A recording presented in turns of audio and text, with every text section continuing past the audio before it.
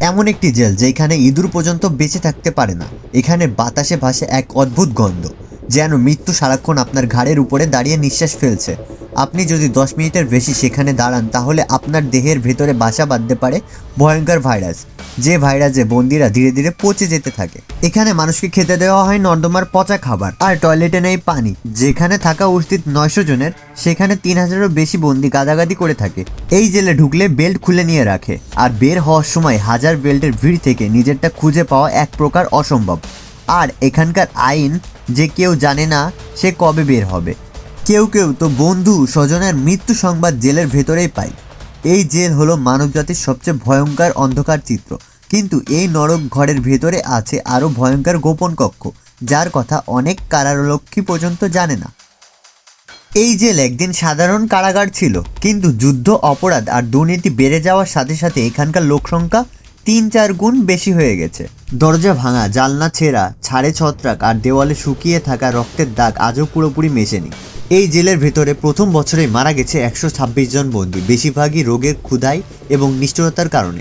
তবুও কেউ এই পর্যন্ত জেল বন্ধ করতে পারেনি, কারণ এখানে পাঠানো হতো দেশের সবচেয়ে ভয়ঙ্কর অপরাধীকে। কিন্তু আপনি ভাবছেন শুধু অপরাধীরাই কষ্ট পায়। ভুল, এখানে কাজ করা পুলিশরাও ভিতরে বন্দীদের মতোই ভয় পায়। এখানে খাবার বলতে যা দেওয়া হয়, গরম ভাতে মেশানো নর্দমার পচা সবজি। একটা দুর্গন্ধ বের হয় যেন কুকুরও খেতে চাইবে না। অনেকে কেবল বেঁচে থাকার জন্য একটি খাবার জোর করে মুখে তোলে। টয়লেটে একটা ছোট গর্ত, পানি নেই। একই গর্ত ব্যবহার করে 30 থেকে 40 জন। গন্ধে নতুন বন্দীরা বমি করে ফেলে। যারা বহুদিন আছে তারা গন্ধও চেনে না, তাদের নাকে গন্ধও ঢোকে না। তবে এর থেকে ভয়ঙ্কর হলো এই জেলের পানিতে লুকিয়ে আছে এমন ব্যাকটেরিয়া যা একদিন মানুষের চামড়া গলিয়ে ফেলতে পারে। এই জেলের ধারণ ক্ষমতা 900 জন, কিন্তু এখানে থাকে 3000+ জন। ঘুমানোর বিছানা নেই, লোকজন মেঝেতে টয়লেটের পাশের ধারের কোণে যেখানে জায়গা পায় সেখানে ঘুমায়। বন্দিরা বলে আমরা মানুষ রই, আমরা প্যাকেট করা মাংসের মতো ফেলে রাখা। এখানে শ্বাস নিতে কষ্ট হয়, ঘরের ভেতর বাতাস ঢোকে না। একজন জীবিত মানুষকে চাপা দিয়ে ফেলতে কারো সময় লাগবে না। এখানে প্রতিদিন 3-4 জন অজ্ঞান হয়ে পড়ে থাকে। কিন্তু এই ভিড়ের ভেতরে এক অদ্ভুত নিয়ম, যে নিয়ম মানতে না পারলে বন্দিরা আপনাকে জীবন্ত মেরে ফেলবে।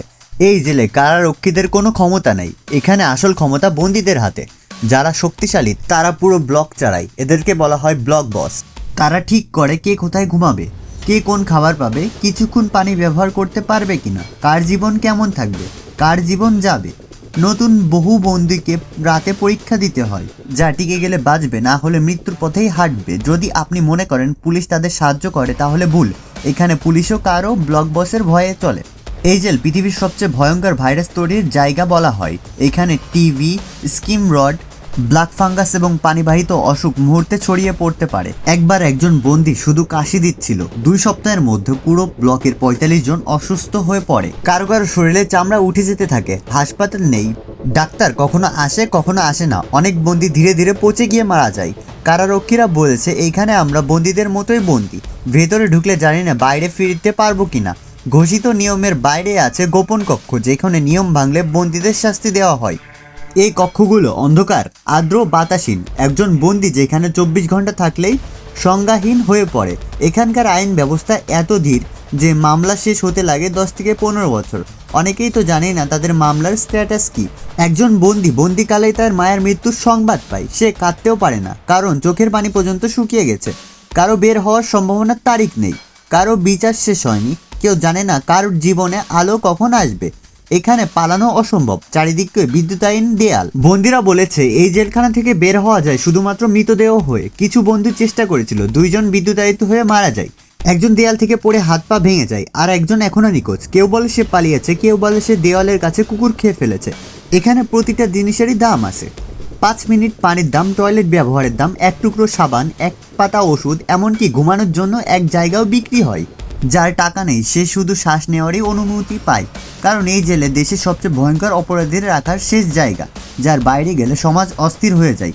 সরকার জানে জেল ভয়ঙ্কর, তবু এটিকে রাখতে হয়, কারণ এর বিকল্প নেই। এই জেলের ভেতরে আছে যারা তাদের জীবন মুক্তির আলো কবে আসবে কি তা কেউ জানে না।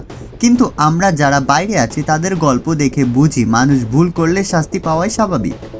কিন্তু কখনোই মানবিকতা হারানোর শাস্তির অংশ হওয়া উচিত নয়। আপনি যদি এমন আরও ভয়ঙ্কর বাস্তব ডকুমেন্টারি দেখতে চান তাহলে চ্যানেলটি সাবস্ক্রাইব করুন, লাইক দিন, কমেন্ট করুন। কারণ আপনার একটি ক্লিক আমাদেরকে আরও শক্তি দেয় নতুন ডকুমেন্টারি বানাতে।